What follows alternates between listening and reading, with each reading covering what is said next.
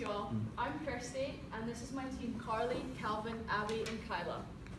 It is our goal tonight to show you how much the Southwest Native American culture has to offer to your wonderful city of trees, and why this community should be one to occupy the former Basque Block. Some buildings you will see include a sports field, a museum, and several restaurants. We foresee this place to be somewhere where people can meet, enjoy themselves, and come back time and time again. Sit back and relax as we take you through a virtual tour of our future Southwest Native American block, and where you can get a glance at who the Southwest Native Americans are and what we envision their home in Boise to look like. So first up on our tour is Carly. So this is our walking tour map, and we will obviously be starting on the block where our tourists will be getting a feel for what they will be seeing and experiencing. We will start our first stop at the Pueblo Market. We go to the sports building, the museum, the gift shop, the restaurant, and the streetscape symbols. We will end our tour with the kinship kiva, and at the end of our tour, we'll be giving our tourists information on events that we'll be holding, and so they can become more involved with the Native American culture. So first, we have Calvin with the Pueblo Market. The Pueblo Market is going to have two distinct parts. There's going to be an outdoor courtyard that is going to play host to various farmers markets, and an interior that's going to be more like a modern market. So the interior is going to have foods that are common to the southwest part of America, which include peppers, gourds, corn, sunflower, and various dried meats. The exterior is going to have similar sorts of things, except for it's going to be run by the community, and it's going to have various farmers markets throughout the year. These are actually inspired by the markets that were used by the Southwest Native Americans. They had a lot of outdoor markets that took place in their cities, in between the buildings. And so next, we're going to go to the sports building. As we continue on our tour, we will reach the sports building. Back in the day, Native Americans didn't have the same kind of resources as we did. So they used what they had, and the widely known sport lacrosse actually came from Native Americans, but they used an actual stick.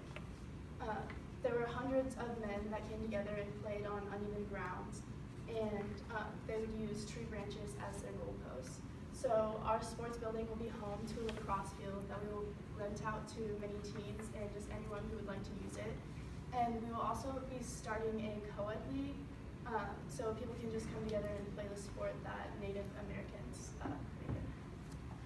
And next we will have Calvin with the museum. So the museum also serves multiple purposes. The three goals are to preserve the past, celebrate the present, and look to the future for this culture. So the idea is that we'll have two separate wings. One wing will be dedicated to the history of the Southwest Native American people, and the second part will be dedicated to modern Native American artists. So the first part is going to have artifacts and other sorts of other pictures and other things that clearly show how the past was for the Southwest Native Americans, including a replica of the interior of Pueblo. The other side will have modern artworks by modern Native American artists to show that this culture is not dead, it is still very much alive and living in the United States today. And next we're going to go to the gift shop. So our next stop moves us to the gift shop. A major element of the Native Americans is how iconic their culture and style is. First, some of their main items of interest are dream catchers. Dream catchers are placed in the bedroom, normally near the bed, and are supposed to stop evil spirits from entering your dreams while you're sleeping, and they're meant to prevent nightmares and help you drift away quickly and peacefully. They can be sold in numerous sizes, numerous colors, and with different attachments to the bottom by the feathers. The Southwest Native American clothing is also very symbolic. Ponchos and jackets, as seen on the screen, are what they would wear on their camps, or in today's society it's a sign of like authority or respect. However, they can also be detailed in very many ways to suit many people's different tastes or preferences. Native Americans are also famous for their silver and turquoise jewelry. These items can be placed in glass cabinets and brightly lit up to shine and catch people's eyes and make them try it on or as such. I also intend for the gift shop to sell replica bowls and plates. Just like in the old days of Native Americans, designs can often differ, and it was when it dates back to when the women would stay at home and craft the woods for the bowls. So next we go on to Kylie again. Hungry yet? Our new restaurant, Yate, will be a great place for our visitors to dine. Yate means welcome, as we invite anyone and everyone to try our authentic foods.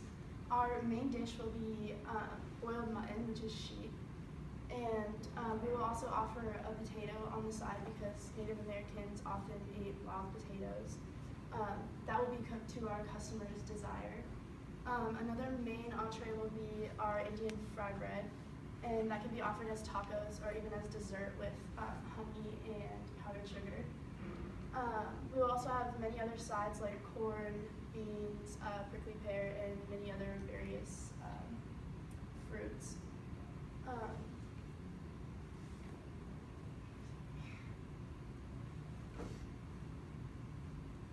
We will take into account that a lot of our visitors won't want to strictly eat Native American foods, so we will also offer other American foods because that will just open up our business and allow for more customers to come. And then it'll also fund for other buildings as well. And next we have Kyla with the streetscape symbols. So as people are walking throughout the block, we want them to observe the different art forms that are very iconic to the Native American culture. And one of these iconic art forms is the sand painting, an example that we have here on the screen. And these sand paintings were used for rituals, specifically healing rituals within the Native American culture. And they were made out of colored pollens and colored sand.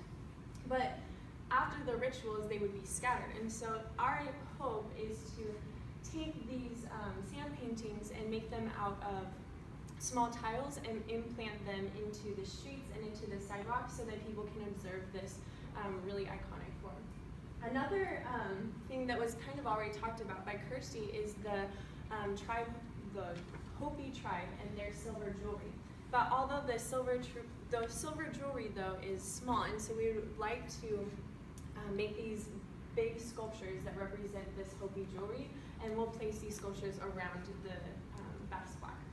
Something that's also iconic to the Native American culture are woven baskets and clay pots, and so these will hold southwestern plants that will be placed around the block. As far as symbols, because there are so many different tribes within the Southwest Native American culture, there are so many different languages and stuff, and so it'd be a little bit difficult to find one particular symbol. So we're using this art that is very important to the Southwest Native American culture to decorate our block. And our next stop is going to take us to the Kinship Kiva, and this is going to replace the Basque Center. The Kinship Kiva,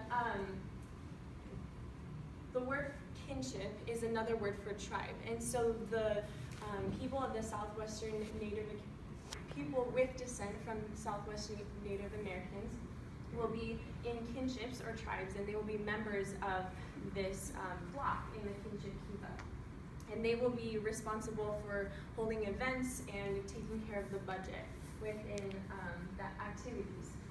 This is an example of a kiva, and in the Southwestern Native American culture, the kiva was what held social events and rituals. And so we're going to try and sort of replicate this with the Basque Block building by remodeling the outside in adobe fashion, and then on the inside we'll have murals like this, which were commonly found in kivas that will decorate the inside. Now the responsibility of the members of, in the Kinship Kiva will be to hold events, and so we're going to have multiple events that will act as fundraisers so that we can fund this project. One of our events will be a music festival where different kinships or tribes can put on their music and dances for other people to observe. We'll also have classes throughout the year so that people can learn how to make the art that is very iconic to this culture. And another thing that was very important to Native Americans was physical health, because they believed that this would bring prosperity to their tribes. And so we will be holding an annual foot race where people can run a mile, a 5K or a 10K around the city of Boise, and this will also bring in money.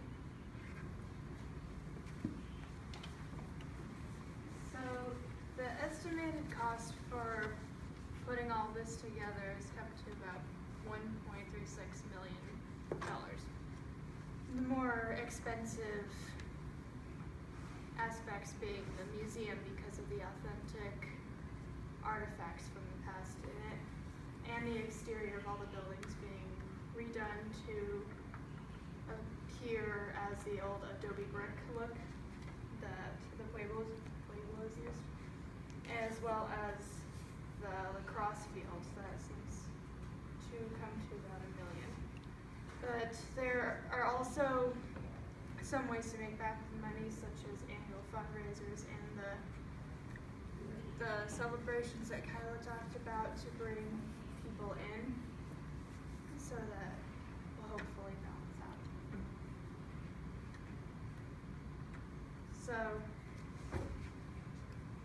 So we've shown what the Southwest Native Americans can do to bring Boise together, such as the kinship kiva, the restaurants, the activities, like the more known lacrosse that we're all familiar with, but also some new things such as the cultures and the sand paintings and the art. So using the unique foods, the unique traditions, the Southwest Native American Block can be a great addition to Boise and